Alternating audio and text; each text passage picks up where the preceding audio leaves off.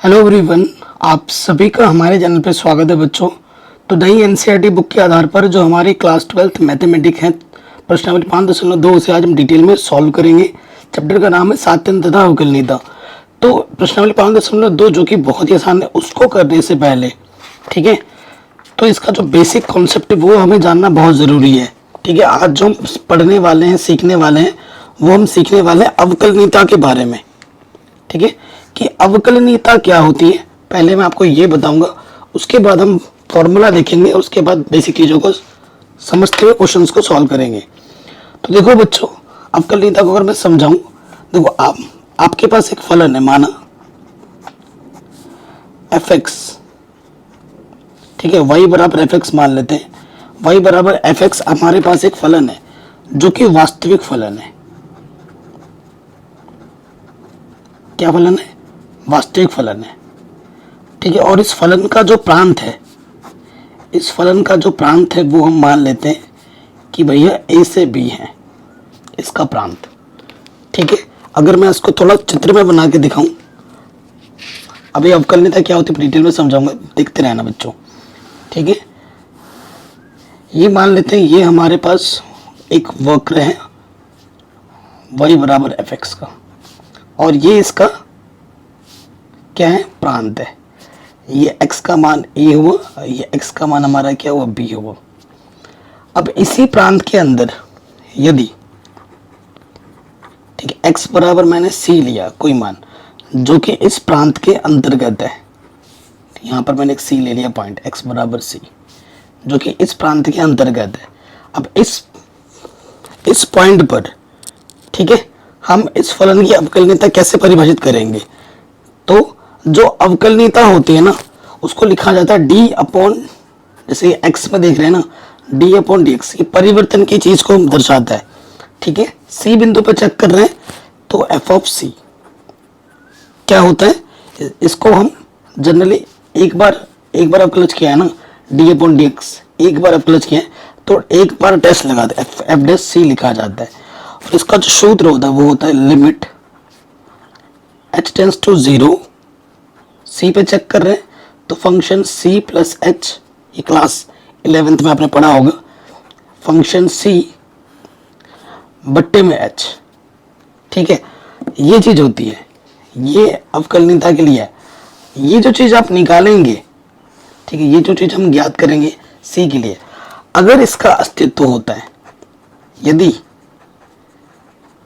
ये जो आप हल करोगे ना, यदि अस्तित्व है, अस्तित्व का मान मतलब क्या होता है? अस्तित्व का मतलब होता है कोई परिमित मान आए, परिमित मान आए। ठीक है, कोई परिमित मान हो, 0, कोई भी आंकिक मान हो, इन्फिनिटी को छोड़कर, अनंत को छोड़कर। ठीक है, यदि अस्तित्व हो तो यह x बराबर c पर अवकलनीय है, यानी कि इसका अवकल जो होगा ये हम बोल देते हैं अवकलनीय है। ठीक है, ये बोला जाता है, और ये फर्स्ट प्रिंसिपल होता है, आपने कक्षा 11 में पढ़ा होगा, है ना, चैप्टर नंबर 13 में, जो कि आपकी 12 हो चुका है। तो ये चीज़ हमें पहले ही पता है। ठीक है, ये चीज़ थोड़ा जानते हैं, ये होता है अवकलनीयता। किसी पॉइंट पर अगर आपके पास कोई फंक्शन है जो कि वास्तविक फलन है, और उसका जो ये हमारे पास उसका ये प्रांत है, ठीक है, इसी प्रांत के अंतर्गत एक बिंदु हमने ले लिया सी। ठीक है, इस पॉइंट पर ये फलन अवकलनीय कैसे पता लगाएगा? जब हम निकालेंगे, ठीक है, सी के लिए ये वाला फॉर्मूला, इसको हम हल करेंगे। क्वेश्चन में फंक्शन भी दिया होगा, पॉइंट भी दिया होगा, और उसको हल करने पर अगर अस्तित्व आ जाता है, अस्तित्व का मतलब कोई परिमित मान आता है, तो फलन क्या होता है? उस बिंदु पर अवकलनीय होता है। सीधी सी बात है। ठीक है, कोई डाउट, कोई दिक्कत नहीं होगा। अब बात करेंगे एग्जिस्टेंस। ठीक है, एग्जिस्टेंस की बात करते हैं। एग्जिस्टेंस क्या होगा? जैसे अवकलनीय के बारे में हम बात कर रहे हैं, इसमें क्या होता है? वो सेम चीज वही है। ठीक है, जैसे माना y बराबर हमारे पास एफ एक्स है, ये एक क्या है? वास्तविक फलन है। ठीक है बच्चों, ये क्या है? एक वास्तविक फलन है, कोई दिक्कत नहीं। और इसका जो प्रांत है, इस फलन का जो प्रांत है वो मैंने मान लिया a, b। ठीक है, हमने क्या किया, यहाँ से x बराबर c निकाला। अब x बराबर c पर हमें चेक करना है, और ये जो c है x बराबर ये जो c लिया है वो इस प्रांत से आ रहा है। ठीक है, तो एग्जिस्टेंस का मतलब क्या होता है, अगर मैं चित्र बना के दिखाऊं बड़ा करके, ये y बराबर fx, ये वक्र है, ये a बिंदु है, ये b बिंदु है, यहाँ हमारा c बिंदु है। तो हम क्या करते हैं, यहाँ इसके पड़ोस में एक बिंदु लेते हैं, बहुत ही ये वाला, इसका जो अंतर समान रखते हैं। तो ये बिंदु हो जाएगा c प्लस एच, ये बिंदु हो जाएगा c माइनस एच। ठीक है, तो दो लिमिट हम निकालते हैं। एग्जिस्टेंस क्या होता है, अगर left hand derivative right hand derivative बराबर आ जाते हैं, ठीक है, तो क्या होता है, फलन क्या होता है, फिर उसको उस बिंदु पर अवकलनीय माना जाता है। और देखो एक चीज और बताना चाहूंगा, ये जो हमारा प्रांत होता है, ठीक है, ये ए से बी में जो प्रांत है, इस फलन को अवकलनीय तभी बोला जाएगा जब इस प्रांत के हर एक बिंदु पर ए से बी, ए और बी तो होगा ही होगा, और इसके अंतर्गत इसके जितने भी बिंदु हैं इसमें, इन सभी बिंदुओं पर फलन क्या होना चाहिए, अवकलनीय होना चाहिए। इस ए पे तो होगा ही होगा, साथ ही साथ इनके अंदर जितने भी बिंदु हो उन पे भी अवकलनीय होगा, तो फलन को अवकलनीय बोला जाता है। ठीक है, तो left hand derivative and right hand derivative क्या होता है वो मैं आपको बताता हूँ। सबसे पहले बात करते हैं आर एच डी। ठीक है, राइट हैंड डेरिवेटिव, इसका फॉर्मूला अभी जो लिखा आपने ना वही होता है, लिमिट x बराबर c पर हम चेक कर रहे हैं, c पर। ठीक है, तो क्या होता है, limit h tends to 0 function c plus H minus function c बट्टे में h।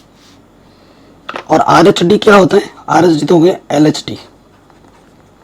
इसमें बस limit h tends to 0 function c minus H function c बट्टे में माइनस के h आता है।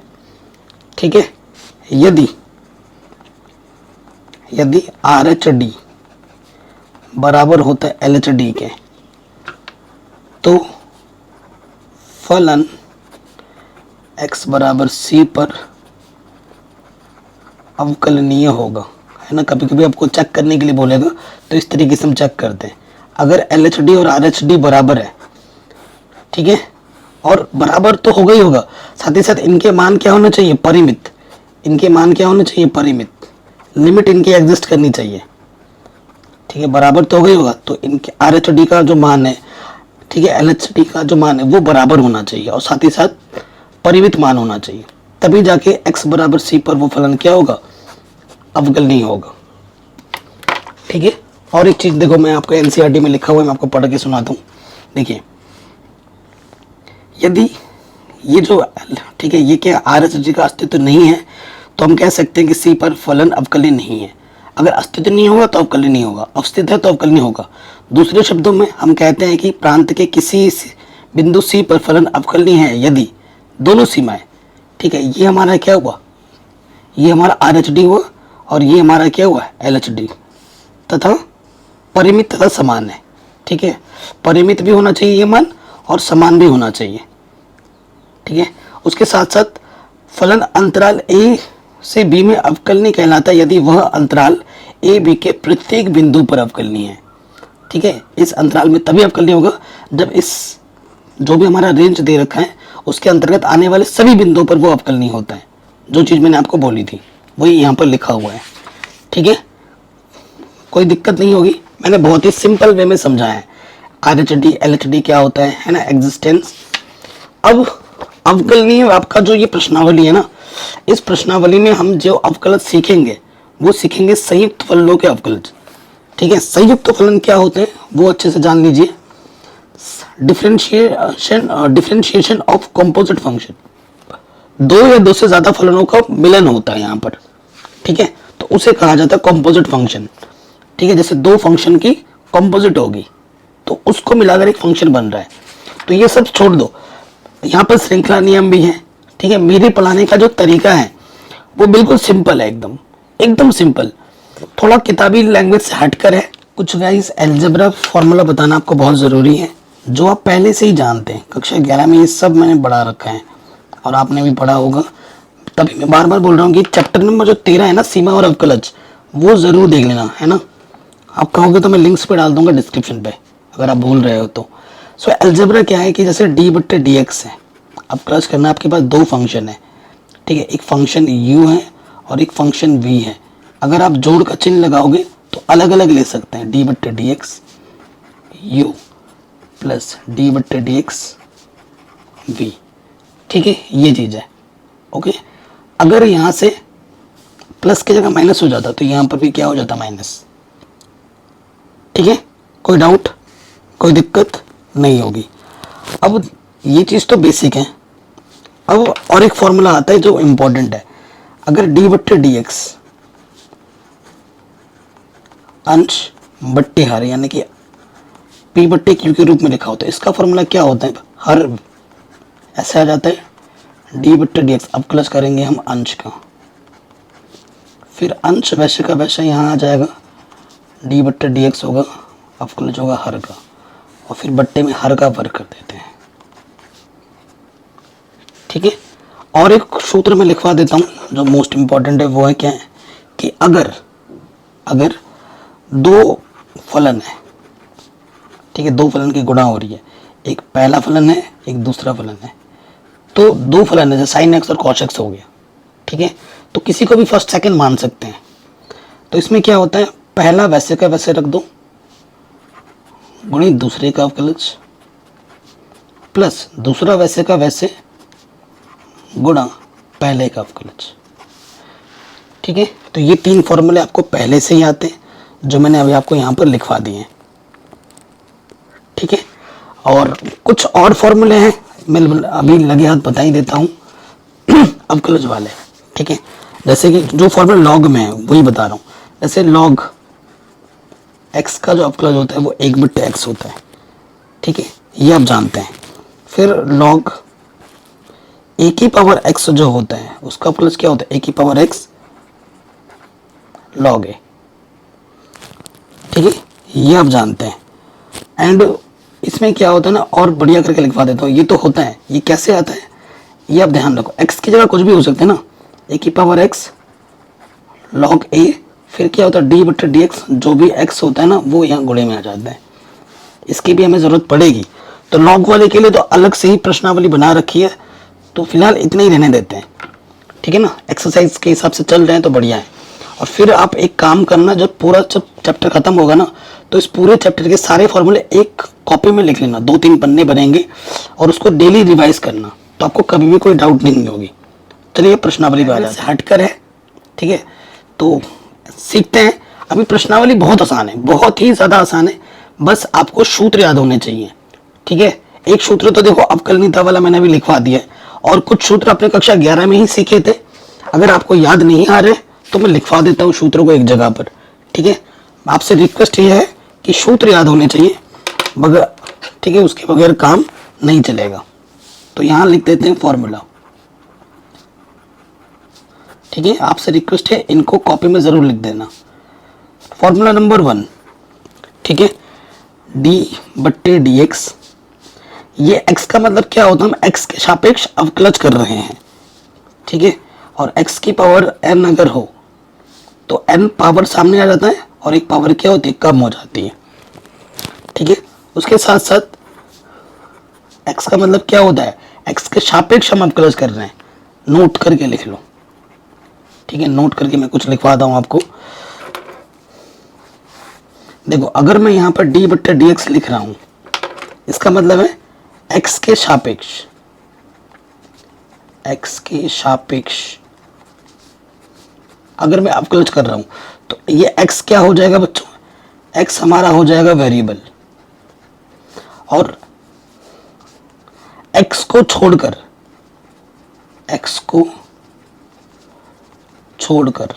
बाकी सभी क्या हो जाएंगे, कांस्टेंट। बाकी सभी क्या हो जाएंगे, कांस्टेंट। और कांस्टेंट का अवकलज क्या होता है, 0, ये आप जानते हैं।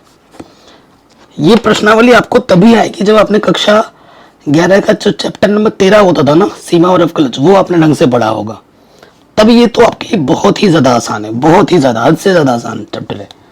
ठीक है, तो सी का मतलब क्या होगा, कांस्टेंट। अगर सिर्फ कांस्टेंट है तो कांस्टेंट का अवकलज क्या होता है बच्चों, 0 होता है, ये आप जानते हैं। ठीक है, अगर सपोज करो डी बट्टा डी एक्स है, ठीक है, यहाँ पर कांस्टेंट भी और कोई फंक्शन एक्स है, तो क्या होता है, कांस्टेंट बाहर आ जाता है और फंक्शन का अवकलज हो जाता है। ठीक है, ये चीज आप जानते हैं। अब कुछ ट्रिग्नोमेट्रिक फॉर्मूला हैं, ये तो बेसिक चीजें थी। अब ट्रिग्नोमेट्रिक फॉर्मूला को मैं एक जगह लिखवा देता हूँ। ठीक है, जैसे डी बट्टा डी एक्स, साइन एक्स का प्लस क्या होता है, कॉस एक्स। ठीक है, और नंबर अगला डी बट्टे डी एक्स, कॉस का क्या होता है, माइनस के साइन एक्स। ठीक है, अब एक ट्रिक भी बताऊंगा। साइन का हो गया, कॉस का हो गया, अब आ जाओ टेन का, डी बट्टे D x ten x. Ten x का जो अवकलज होता है वो होता है शेक स्क्वायर एक्स। ठीक है, उसके बाद आ जाओ, शेक हो गया, अब आ जाओ कॉट पे, लस्सी के साथ साथ कॉट का भी लिखवा देता हूँ। डी बट्टे D X cot X, cot X का अवकलज होता है माइनस के कॉसेक स्क्वायर एक्स। ठीक है, उसके बाद कॉट का हो गया, कॉसेक पे आ जाओ, डी बट्टे D x cosec x, cosec का होता है माइनस के cosec x into cos x, minus के cosec x into cot x. ठीक है, अगला जो बचता है वो है शेक एक्स, डी बट्टे डी एक्स शेक एक्स। तो शेक एक्स का होता है sec x into tan x. ठीक है, ये ट्रिग्नोमेट्रिक सूत्र हमें इस प्रश्नावली में चाहिए।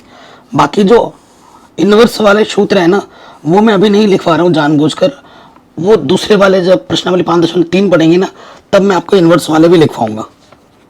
ठीक है, और बेसिक कुछ नियम है, जैसे कि आपको पता होगा लॉग ई बेस पर मान 1 होता है, फिर log 1 का मान 0 होता है। ये कुछ चीज़ें हैं जो कहीं कहीं पर हमें यूज़ करना पड़ सकता है, अभी तो नहीं, बाकी लॉग के क्वेश्चन अभी आगे की प्रश्नावली में मिलेंगे, वहाँ मैं आपको और सूत्र लिखवाऊंगा, सिखाऊंगा। ठीक है, अभी फिलहाल के लिए इतना काफ़ी है, इतने ही की ज़रूरत है हमें, बाकी जब चाहिए होगा तो वो मैं और लिखवा दूंगा। ठीक है, इतना आपको पहले से आता होगा, बेसिक है 5.2 तो जो प्रश्नावली वो तो बेसिक है। अब आते हैं एनसीईआरटी के प्रश्नावली के क्वेश्चन में, यहाँ तक तो बेसिक था बच्चों। ठीक है, पहले क्वेश्चन पे आ जाते हैं। पहले कह रहे प्रश्न संख्या 1 से लेकर 8 में केस एक्स के सापेक्ष निम्नलिखित फलनों का अवकलज कीजिए। ठीक है, यहाँ पर क्या देखो लिखा हुआ है, एक्स के सापेक्ष निम्नलिखित फलनों का क्या करना है, अवकलज करना है। अब श्रृंखला रूल वैसे एनसीईआरटी में लिखा हुआ है, तो मैं भी श्रृंखला रूल ही बदलूंगा। तो यहाँ मैं हल में क्या लिखूंगा, देखिए ढंग से देखना, और आपसे रिक्वेस्ट है कि ढंग से देखो। माना इसको मैं वाई बोल दूंगा, इसका नाम मैंने वाई दे दिया, साइन एक्स स्क्वायर प्लस 5। तो देखो सीढ़ी चढ़ेंगे हम, सीढ़ी चढ़ना आपको आता है ना, स्टेप बाय स्टेप। जब भी प्लस करोगे पहले इधर करना है, फिर अंदर करना है, एक एक स्टेप करके चलते हुए जाना है। ठीक है, तो यहाँ कैसे लिखेंगे हम अंग्रेज, यहाँ लिखेंगे एक्स के सापेक्ष अवकलज करने पर, एक्स के सापेक्ष, अरे यार, अवकलज करने पर। ठीक है, तो देखो क्या होगा, यहाँ लिखेंगे डी वाई बट्टे डी एक्स, वाई का अवकलज कर रहे हैं, एकदम डिटेल में करवा रहा हूँ। ठीक है, इस तरीके से लिखा जाएगा। देखो बच्चों, साइन का अवकलज क्या होता है, कॉस, साइन का अवकलज क्या होता है, कॉस, और ये एंगल है तो एंगल की जगह एंगल आ जाएगा। पहले किसका हुआ, साइन का हुआ, अब किसका होगा, इसका होगा। तो यहाँ आ जाएगा डी बट्टे D x x square plus 5। ठीक है, कक्षा 11 में अवकलज सिखा रखा है, आपको आना चाहिए बच्चों। ये वाला तो हो चुका है, इसको वैसे का वैसे रखेंगे, डिटेल में करवा रहा हूँ। पहला वाला डी बट्टे डी एक्स, यहाँ एक्स स्क्वायर आ जाएगा, डी बट्टे डी एक्स, यहाँ 5 आ जाएगा। ठीक है, फिर x की पावर n वाला सूत्र लगेगा यहाँ पर, ये तो हो ही चुका है। देखो x की पावर n वाला सूत्र है, तो पावर सामने आ जाएगी और एक पावर कम हो जाएगी, दो में से एक पावर घटाओगे तो एक बचेगा, और कांस्टेंट का प्लस क्या होता है 0, तो यहाँ आ जाएगा cos एक्स स्क्वायर प्लस 5 और ये क्या है सिर्फ 2x, 2x प्लस 0 2x है ना, तो ये हमें हमारा आंसर मिल गया। ठीक है, तो हमने तीन फॉर्मूले लगाए। एक तो लगाया था हमने d बट्टे डी एक्स, ये क्या पेन आ गया, d बट्टे डी एक्स एक्स की पावर n, जिसका सूत्र था x n x n minus 1, यहाँ लगाया। फिर d बट्टे डी एक्स कॉन्स्टेंट, इसका प्लस क्या होता है 0, जो कि हमने यहाँ लगाया। और उसके बाद और एक सूत्र हमने लगाया था यहाँ पर, d बट्टे डी एक्स साइन एक्स का प्लस क्या होता है कॉस एक्स। सूत्र का खेल है बच्चों, इसे कैलकुलस कहा जाता है। कैलकुलस तो बहुत ही आसान होती है, बस आपको सूत्र पता हो और तरीके में क्या है कि स्टेप बाय स्टेप आप प्लस करते रहो। पहले इधर से करेंगे, ये वाला फलन होगा, उसके बाद अंदर का फलन होगा। यहाँ तो 2 ही फलन थे, 2 से ज़्यादा भी हो सकते हैं। अभी जितना क्वेश्चंस करेंगे उतना हम सीखते जाएंगे। जैसे ये वाला क्वेश्चन है, ठीक है, इसको मैंने y मान लिया।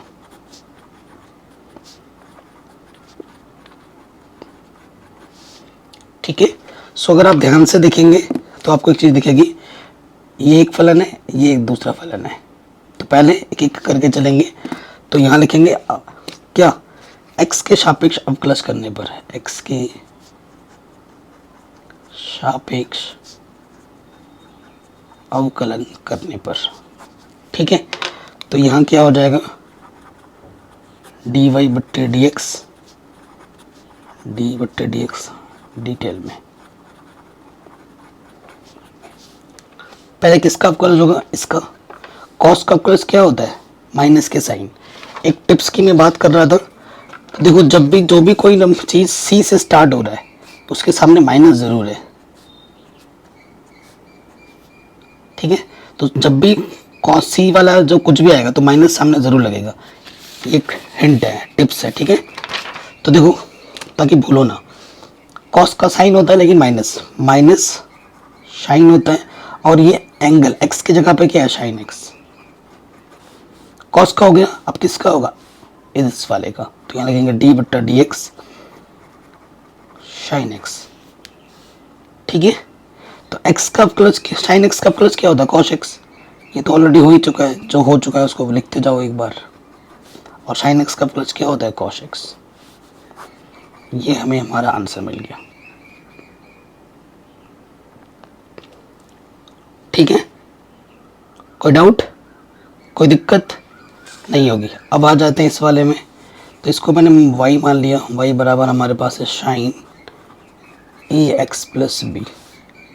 ठीक है, तो x के सापेक्ष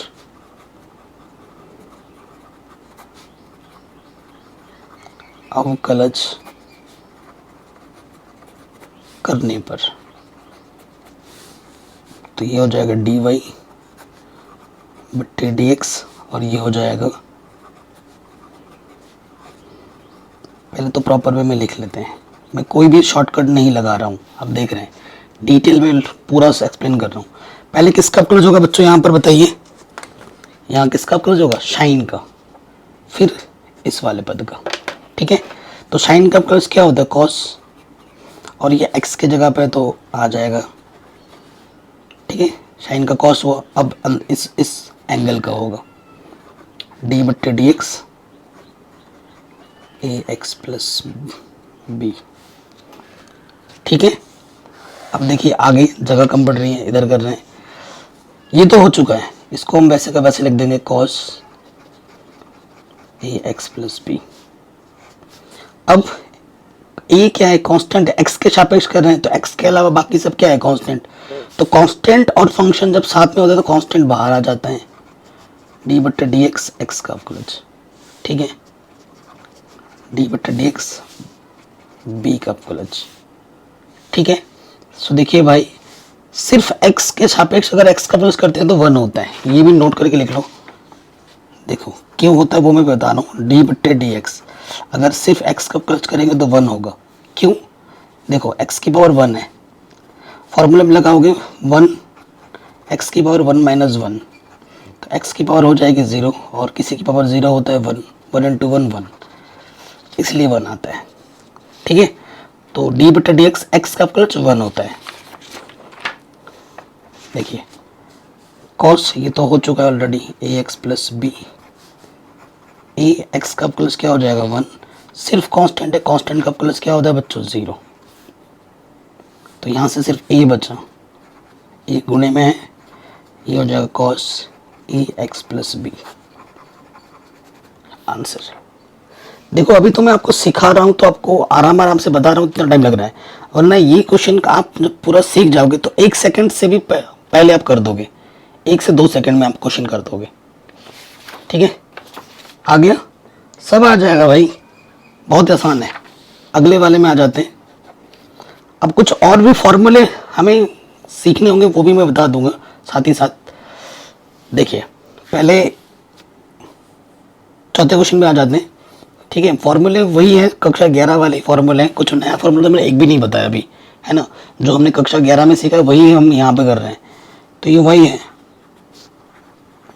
शेक 10 अंडर रूट एक्स, ठीक है ना, ये है हमारे पास। तो पहले किसका होगा, 10 का, फिर अंडर रूट एक्स का अवकलज होगा। नहीं, यहाँ पर तीन चीज़ें हैं। अच्छा शेक भी तो है, पहले किसका होगा सेक का, फिर उसके बाद किसका होगा 10 का, फिर उसके बाद किसका होगा अंडर रूट एक्स का। ठीक है, तो पहले अवकलज करेंगे, यहाँ लिखेंगे, शॉर्टकट में ऐसे लिखा जाता है, differentiate with respect to x, DWR2x, differentiate with respect to x. इसका मतलब होता है हिंदी में एक्स के सापेक्ष अवकलज करने पर। ये भी लिखोगे तो नंबर नहीं कटेंगे। एक्चुअली मैं जब पेपर दे रहा था तो मैं यही लिखता था बस फटाफट। तो यहाँ हो जाएगा dy बट्टे dx, अच्छा प्रश्न ही है, देखना। ठीक है, और यहाँ डी बट्टे dx शेक, फिर है 10 अंडर रूट एक्स, ये। ठीक है, तो पहले किसका अवकलज होगा सेक का, पहले किसका होगा सेक का होगा। तो सेक का सूत्र क्या होता है, सेक एक्स इंटू 10x, सेक का अवकलज क्या होता है sec x into 10x। Sec x, x की जगह पर अभी ये पूरा है, sec x into 10 x, x की जगह पर ये है भाई। ओके, सेक का हो गया, अब किसका होगा 10 का, डी बट्टे डी एक्स, इसका हो गया, अंदर इस वाले का अवकलज होगा 10 अंडर रूट एक्स। ठीक है, 10x का फॉर्मूला क्या होता है, 10x का फॉर्मूला होता है शेक स्क्वायर एक्स। अब ये चीज जैसे लिखी है इसको तो एज इट इज वैसे ही लिखना है, shake 10 under root x, 10x का अवकलज क्या होता है shake square x, shake square x की जगह पे क्या है ये। ठीक है, आप कहोगे सर हो गया, नहीं भाई अभी इसका करना है, यहाँ सिंपल एक्स नहीं, एक्स की में अंडर रूट है ना, तो अब इसका करना है। तो डी बट्टे डी एक्स, ठीक है, एक्स अंडर रूट का मतलब होता है घात में आधा। ठीक है, अब इसमें कौन सा फॉर्मूला लगेगा, एक्स की पावर n वाला फॉर्मूला लगेगा, जिसका सूत्र क्या होता है nxn-1, ये आप जानते ही हैं। अब ये पूरा एज इट इज वैसे का वैसे रखो,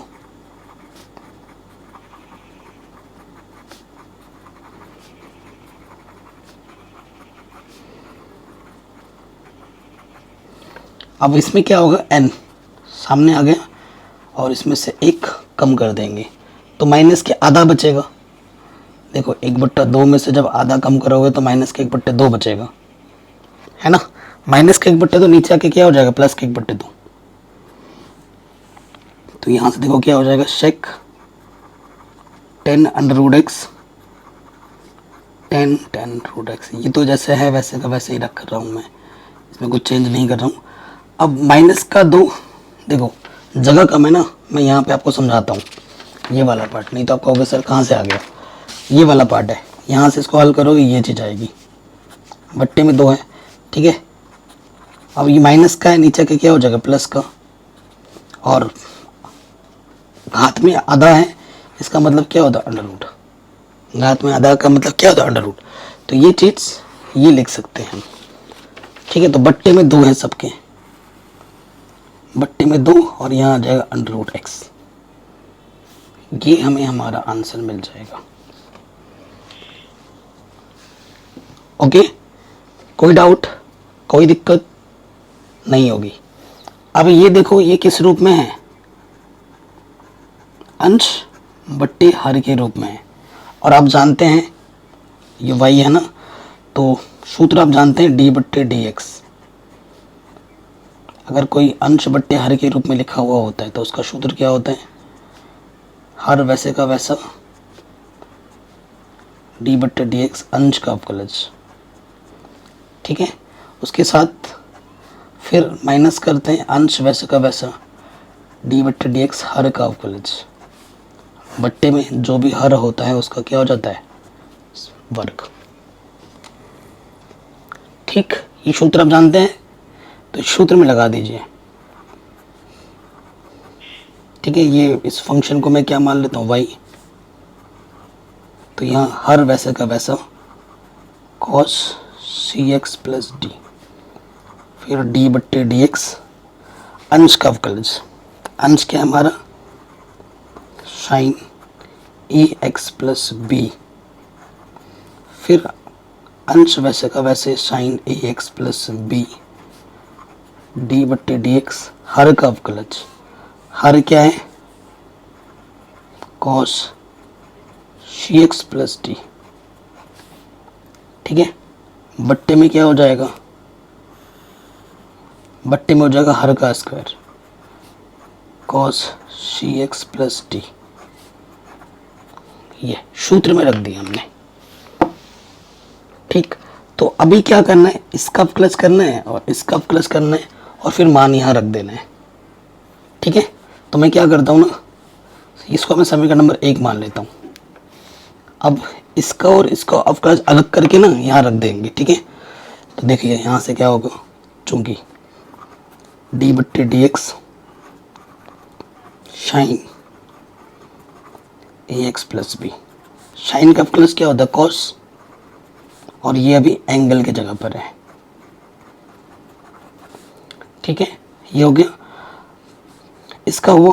अब किसका होगा, इसका होगा डी बट्टे डी एक्स ए एक्स प्लस बी। ठीक है, ये तो एज इट इज़ वैसे का वैसा लिख देंगे हम। ए बाहर आ जाएगा, एक्स का अवकलज डी बट्टे डी एक्स बी का अवकलज, इसके साथ अवकलज हो गया। ठीक है, अब क्या होगा,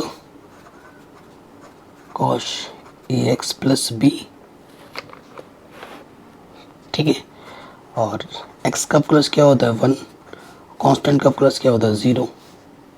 तो यहाँ से आ जाएगा cos ए एक्स प्लस बी गुणे में ए। ठीक है, तो ये चीज़ आ गई, समीकरण नंबर 2 मान लेते हैं इसको। इसी तरीके से इसका निकालेंगे,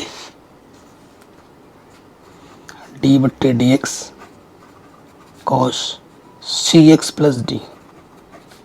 तो कॉस का क्या होता है, माइनस के साइन, और ये एंगल है सी एक्स प्लस डी। अब इसका हो गया, अब इस वाले का होगा डी बट्टे डी एक्स सी एक्स प्लस डी। ठीक है, सी बाहर, एक्स का प्लस क्या होता है 1 और डी का प्लस क्या हो जाएगा 0, जैसे यहाँ पे हुआ था, डी कांस्टेंट है। ठीक है, तो यहाँ से आ जाएगा माइनस की सी साइन सी एक्स प्लस डी। ठीक है, अब इसका और इसका मान उठाकर यहाँ पर रख देना है। ठीक है, तो मैं रख दूँ डायरेक्ट, इसीलिए मैं थोड़ा जगह छोड़ दिया ना। क्या करना, समीकरण 2 और 3 का मान समीकरण 1 में रखने पर इतना लिख के पीछे करना है। मैंने जगह इसलिए छोड़ दिया था ताकि मैं यहाँ लिख सकूँ cos सी एक्स प्लस डी। इसका मान क्या है, ये देखिए, ये गुणे में cos ए एक्स प्लस बी, ये वैसे का वैसा साइन ए एक्स प्लस बी, और इसका मान माइनस में आया था तो माइनस माइनस क्या हो जाएगा प्लस, सी साइन सी एक्स प्लस डी।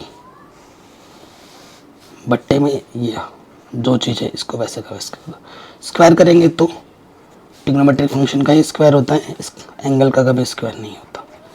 तो ये हमें हमारा आंसर मिल जाएगा। ठीक है, कोई डाउट तो नहीं है, आराम से हो गया। देखिए अब जैसे ये क्वेश्चन है बच्चों, इसको तो हम y बोल दे रहे हैं, ठीक है ना। ये दो फलन है, दो फलन की क्या हो रही है गुणा। ये पहला फलन बोल देते हैं, ये दूसरा फलन बोल देते हैं, ठीक है ना। अब यहाँ लिख देंगे x के सापेक्ष अवकलज करने पर, x के सापेक्ष अवकलज करने पर, ठीक है। तो देखो ये y ये हो जाएगा dy बट्टे dx। सूत्र आपको पता ही होगा, स्टार्टिंग में भी मैंने लिखा है, तो क्या होता है पहला वैसे का वैसा cos x क्यूब, ठीक है। फिर क्या होता है पहला वैसे का वैसा गुणा दूसरे का अवकलज, दूसरे का अवकलज, ठीक, प्लस दूसरा वैसे का वैसा, दूसरे वैसे का वैसा गुणा पहले का अवकलज, ठीक है। इसको हम समीकरण 1 मान लेते हैं और जो अवकलज वाला पार्ट है उसको अलग हल करते हैं, इसको और इसको हल करके यहाँ पर मान रख देंगे, ठीक है। तो पहले वाले पे आ जाते हैं, चूंकि डी बट्टे डी एक्स यहाँ पर क्या है साइन स्क्वायर है ना, तो इसको ढंग से लिखते हैं x की पावर 5। मैं इस तरीके से लिख सकता हूँ इसको ढंग से लिख दिया। अब आपको एक चीज़ बताता हूँ, ये फलन है उसके ऊपर पावर है। जब भी फलन होता है और उसकी पावर होती है ना, तो ये x की पावर n की तरह व्यवहार करता है, और जिसका सूत्र क्या होता है कि पावर पहले आ जाती है। तो जब शॉर्ट में बताऊँ, जब भी पावर हो तो पावर को सॉल्व करोगे, पहले पावर सामने आ जाएगी और एक पावर कम हो जाएगी, ठीक है। साइन x की पावर 5, एक पावर कम हो गई, दो में से एक पावर घटाओगे एक आएगा, तो लिखो ना लिखो पावर हो गई। अब अंदर जो भी है ना उसका अवकलज हो जाएगा डी बट्टे डी एक्स साइन x की पावर 5, ठीक है। पहले क्या होती पावर सॉल्व, यहाँ पे हमने पावर सॉल्व की, पावर सॉल्व होने के बाद जो भी अंदर होता उसका क्या हो जाता अवकलज, ठीक है। अब देखिए इसको वैसे का वैसे लिखेंगे 2 साइन x की पावर 5। अब किसका अवकलज होगा साइन का, साइन का अवकलज क्या होता है कॉस, और एंगल जो है वो वैसा का वैसा आ जाएगा। साइन का हो गया, अब किसका अवकलज होगा x की पावर 5 का, डी बट्टे डी एक्स एक्स की पावर 5, ठीक है। तो 2 साइन x की पावर 5 कॉस x की पावर 5, और ये क्या है x की पावर n वाला सूत्र लगेगा इसमें, तो पावर सामने आ जाता है और एक पावर क्या हो जाती है कम, ठीक है। तो इसको ढंग से लिख दो, 5 दूनी 10, तो ये आ गया 10 x की पावर 4 साइन x की पावर 5 कॉस x की पावर 5। समीकरण नंबर 2, ये इसको हल करके हमें मिला। अब हम इस वाले को हल करेंगे, डी बट्टे डी एक्स के अंदर कॉस x की घात 3, इसको हल करेंगे। तो पहले कौन सा किसका अवकलज होगा कॉस का, कॉस का प्लस क्या होता है माइनस के साइन x, माइनस साइन और x की जगह पे क्या है x की घात 3, ठीक। अब इसका हो गया, तो अब इसका अवकलज होगा अंदर वाले का डी बट्टे डी एक्स एक्स की घात 3। इसमें क्या लग जाएगा सूत्र x की पावर n वाला, तो पावर सामने आ जाएगा और एक पावर क्या होगी कम हो जाएगी।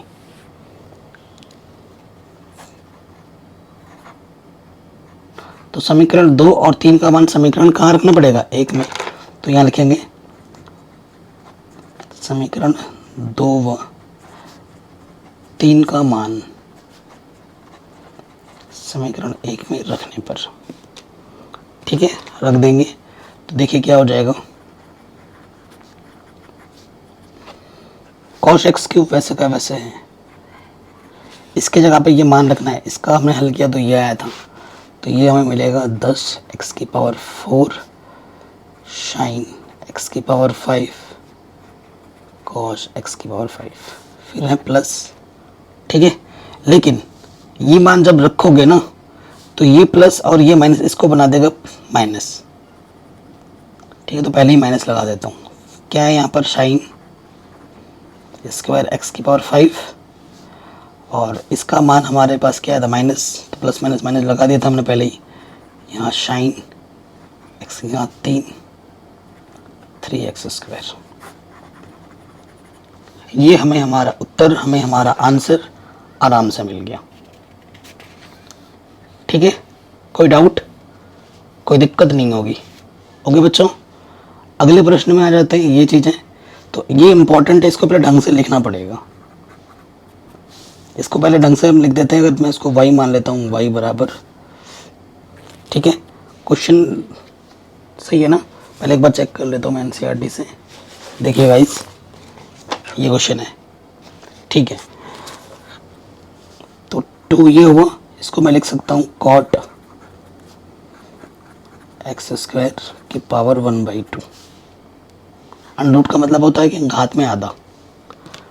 ठीक है, तो अब क्लच करेंगे तो कैसे होगा, देखो लिखेंगे x के सापेक्ष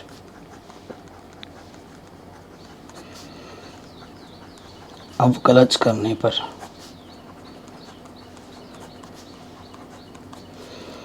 ठीक है, करते हैं अब क्लच। सो आपको मैंने अभी बताया, जब भी देखो यहाँ पर इसको मैं ढंग से ही लिख देता हूँ ना, dy/dx, कांस्टेंट बाहर आ जाता है, dy/dx ये हो जाएगा।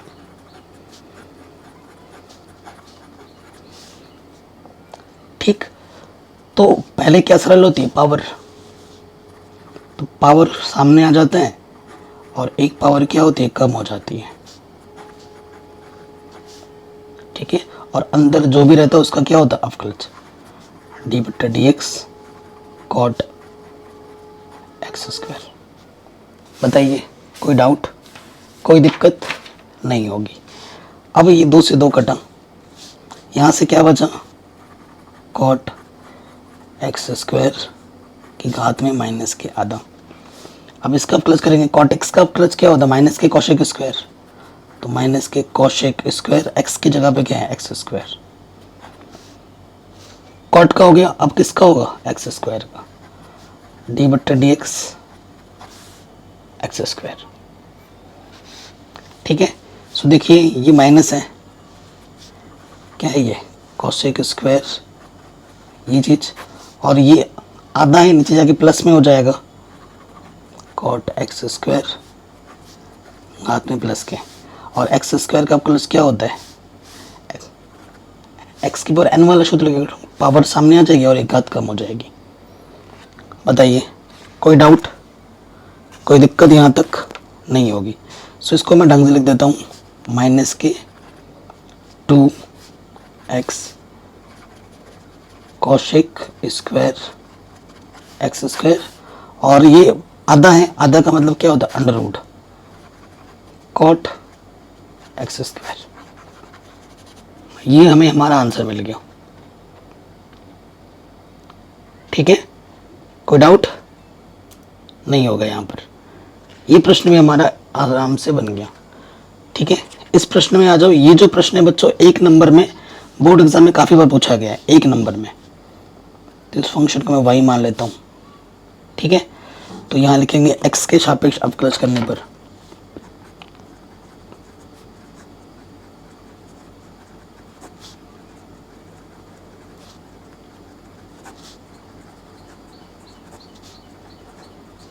करते हैं अवकलज। तो यहाँ से क्या हो जाएगा बच्चों, देखिए y का अवकलज क्या होगा, dy/dx। ठीक है, cos, और ये है √x। कोई दिक्कत, कोई परेशानी नहीं होगी। अब आगे cos का प्लस क्या होता है, माइनस के साइन, तो माइनस के साइन x के जगह पर क्या है, √x। cos का हो गया, अब किसका होगा, एंगल का, √x का, dy/dx √x। √ का मतलब होता है घात में आधा। ठीक हो गया, माइनस के साइन √x, घात सामने आ जाती है, n सामने, और फिर n-1 1/2 में से 1 कम कर देंगे। ठीक है, तो यहाँ से क्या आ जाएगा, माइनस के साइन √x, x की घात माइनस के आधा बट्टे में 2। तो इसको मैं लिख सकता हूँ माइनस के साइन √x, और ये माइनस का नीचे आके क्या हो जाएगा, प्लस के आधा, आधा का मतलब क्या होता है, √। तो ये हमें हमारा आंसर आराम से मिल जाएगा। बताइए, कोई डाउट, कोई दिक्कत नहीं होगी। तो ये प्रश्न भी हमारा आराम से बन गया। आगे आते हैं, शानदार प्रश्न है। सिद्ध कीजिए कि ये जो फलन है x कहाँ से आ रहा है, r से आ रहा है, और x बराबर 1 पर अवकलित नहीं है। अवकलित नहीं, इसका मतलब है कि x बराबर 1 पर अवकलित नहीं, यानी कि LHD और RHD ये हमें निकाल के देखना पड़ेगा। ठीक है, तो निकालते हैं। सबसे पहले निकालते हैं, देखो यहाँ पर फलन क्या है, x माइनस 1 है। ठीक है, x माइनस 1 है और मॉड का सिंबल लगा पड़ा है। हिंदी में मापांक फलन कहते हैं, अंग्रेजी में बोलते हैं मॉडुलस फंक्शन। x बराबर 1 पे बात कर रहा है। देखो सॉल्यूशन पे आ जाओ। यदि x का जो मान है ना, अगर उसका मान 1 या 1 से बड़ा लोगे तो इस फंक्शन x का जो मान होगा वो पॉजिटिव में आएगा, ये यही रहेगा, पॉजिटिव में लिया जाएगा। और अगर इसका मान 1 से कम लोगे, 1 से कम, तो fx का मान ये जो भी है उसके सामने माइनस लग जाएगा, यानी कि ये हो जाएगा 1 माइनस एक्स। तो कुल मिला के अगर प्रॉपर फंक्शन में बनाऊं इन चीज़ों को देखते हुए, तो अगर x का मान 1 या 1 से अधिक है तो फलन का मान x माइनस 1 है, और अगर 1 माइनस एक्स तब है जब x का मान 1 से छोटा है। ठीक है, तो 1 पे चेक करना है, 1 से कम के लिए, 1 से ज़्यादा के लिए हमें फलन चाहिए होता है। तो यहाँ हम लिखेंगे x बराबर 1 पर, x बराबर 1 पर सूत्र क्या होगा बच्चों, सूत्र यहाँ पर हो जाएगा, यहाँ लिखेंगे पहले RHL निकालते हैं, RHD। ठीक है, राइट हैंड डेरिवेटिव। तो ये क्या हो जाएगा, लिमिट h टेंड्स टू 0, 1 पे चेक करें, फंक्शन c की जगह पे 1 है तो 1 प्लस h फंक्शन 1 बट्टे में h। ठीक है, तो RHL यानी कि 1 से अधिक के लिए, 1 से अधिक के लिए ये फलन है। तो जहाँ जहाँ x दिख रहा है वहाँ वहाँ आपको 1 प्लस h रखना है पहली बार, और उसके बाद जहाँ जहाँ x दिख रहा है वहाँ 1 रखना है। तो देखिए कैसे होगा, x की जगह पे क्या रखना है, 1 प्लस h, ऑलरेडी माइनस 1 है। ठीक, फिर x की जगह पे रखना है 1, रख दिया, बट्टे में क्या है h। तो ये +1, यहाँ से ये 0 हो गया, +1 -1 कटा तो सिर्फ h बचा, h बट्टे h, यानी कि h एक कम h बचा ही नहीं जो मैं मान रखूँ। तो ये हल करके मुझे कितना मिला, 1। ठीक है, ये RHD निकाला, अब मैं निकालूंगा LHD, left hand derivative, limit h tends to 0, formula क्या होता है, f, 1 पे चेक करें तो 1 माइनस h, फंक्शन 1 बट्टे में माइनस के h आता है। ठीक है, तो लिमिट h टेंड्स टू 0, 1 से कम के लिए मेरा ये फलन है। तो जहाँ जहाँ x दिख रहा है पहले 1 माइनस एक्स रखना है, तो 1 माइनस h रख दिया, फिर 1 रखना है यहाँ पर, x के जगह पर 1 रख दिया, बट्टे में माइनस के h। तो यहाँ से देखिए, यहाँ से क्या बचा, ये तो 0 हो गया, यहाँ से सिर्फ माइनस के h बचा, प्लस के h बचा यहाँ से, और बट्टे में माइनस के h। तो यहाँ से आ गया माइनस के 1। अब आप खुद देखिए, चूंकि LHD is not equal to RHD, दोनों बराबर होने चाहिए तभी अवकल नहीं होगा, नहीं होगा तो नहीं होगा। अतः ये बराबर नहीं है, बराबर होगा तो अवकल नहीं होता। अतः x बराबर 1 पर फलन अवकलनीय नहीं है।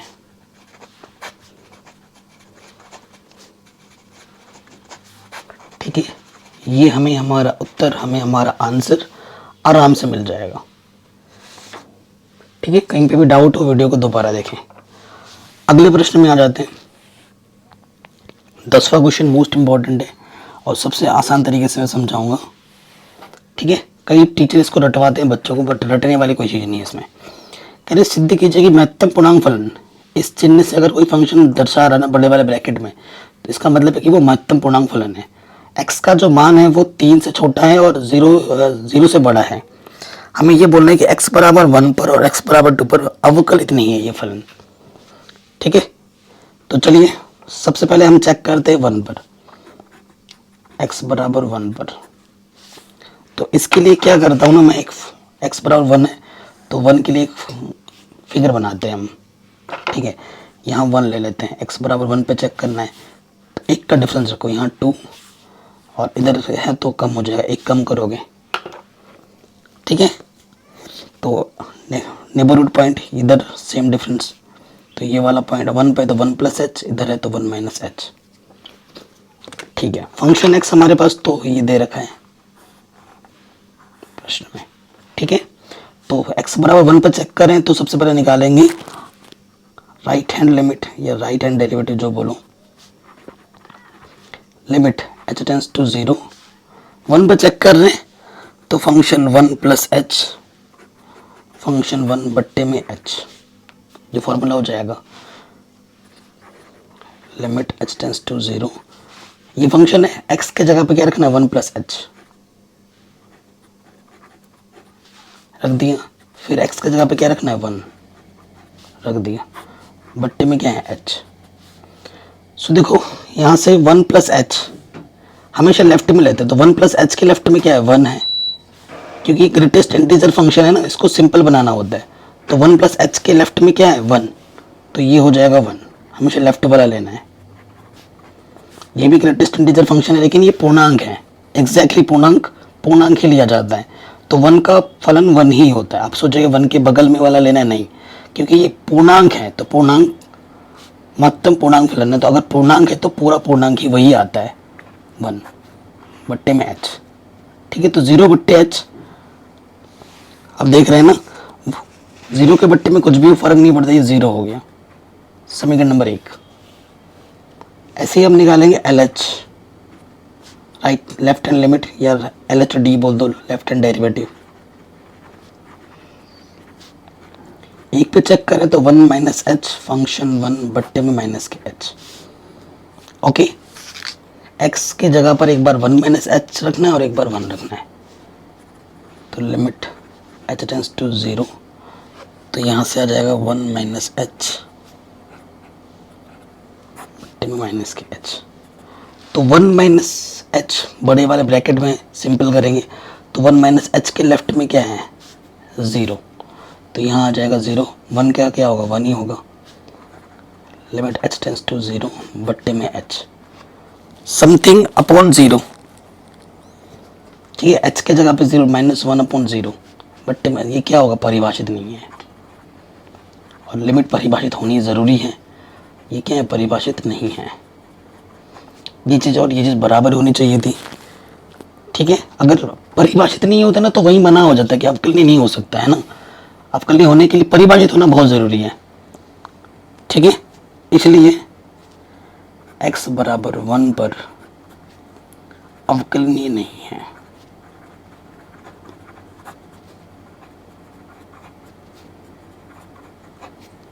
ठीक है, ये x बराबर 1 पर क्या है अवकलनीय नहीं होगा। ओके, अब x बराबर 1 के लिए जैसे हमने चेक किया ना बच्चों यहाँ पर, सिमिलरली x बराबर 2 पर भी वैसे ही हम चेक करना है। क्या आप खुद कर सकते हैं इस क्वेश्चन को? अगर आपने सच में कुछ सीखा है तो आपको ज़रूर करना चाहिए। ठीक है, तो x बराबर 2, तो एक का डिफरेंस रखते हैं, यहाँ x 2 के बाद क्या आता है 3 और 2 से पहले क्या आता है 1, इसके नेबरहुड में पॉइंट आ जाएगा 2 प्लस एच और यहाँ आ जाएगा 2 माइनस एच। ठीक है, लेफ्ट हैंड डेरिवेटिव पहले निकाल देता हूँ, लिमिट फंक्शन x हमारे पास क्या है ये है। ठीक है, ये चीज़ हमारे पास क्वेश्चन में दे रखा है फंक्शन x, तो हम निकालते हैं LHD, पहले निकाल रहा हूँ कोई दिक्कत नहीं, किसी को भी आगे पीछे निकाल सकते हैं। 2 पर निकाल लें तो LHD 2 माइनस एच, डायरेक्ट लग दे रहा हूँ यार। ठीक है, तो 2 पे निकालना है तो 2 माइनस एच और यहाँ पर आ जाएगा फंक्शन 2 बट्टे में माइनस के h। ठीक है, x के जगह पे क्या रखना है 2 माइनस h,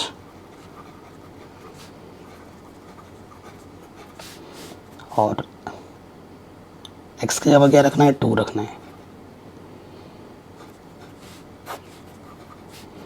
देखो 2 माइनस h के लेफ्ट में क्या है 1, तो 1 आ गया, और 2 तो पूर्णांक है तो 2 का 2 ही रहेगा बट्टे में माइनस h। तो ये आ गया लिमिट 1/h, माइनस बचेगा, माइनस से माइनस हट गया, तो h के जगह पे 0 रखोगे 1/0, तो ये क्या है परिभाषित नहीं है। तो परिभाषित अगर यही आगे करेंगे ही नहीं, क्योंकि ये वाला परिभाषित नहीं है, और जब परिभाषित नहीं है तो आपके लिए नहीं हो सकता, RHD निकालने की भी ज़रूरत नहीं है। अतः x बराबर 2 पर परिभाषित नहीं है, परिभाषित नहीं है, इसलिए x बराबर 2 पर फलन अवकलनीय नहीं है। तो इस तरीके से ये जो प्रश्नावली है वो हमारी पूरी समाप्त हो जाती है, और हर एक प्रश्न मैंने आपको एकदम आसान तरीके से समझाया है। मैं आपसे रिक्वेस्ट बार बार कर रहा हूँ कि आपको क्लास 11 के चैप्टर नंबर 13 ज़रूर देखनी चाहिए, सीमा और अवकलज। अगर वो आपको आता है तो इसमें आपको कोई दिक्कत ही नहीं होगी, एकदम मक्खन की तरह हो जाएगा। ठीक है, नेक्स्ट वीडियो में हम प्रश्नावली 5.3 सॉल्व करेंगे। तो बाकी सब कुछ मैंने पढ़ा ही रखा है, लिंक्स मिल जाएगी आपको डिस्क्रिप्शन पे। चैनल पे नए हो तो सब्सक्राइब करके अपना प्यार और सपोर्ट ज़रूर दें। जय हिंद, मिलते हैं नए वीडियो में।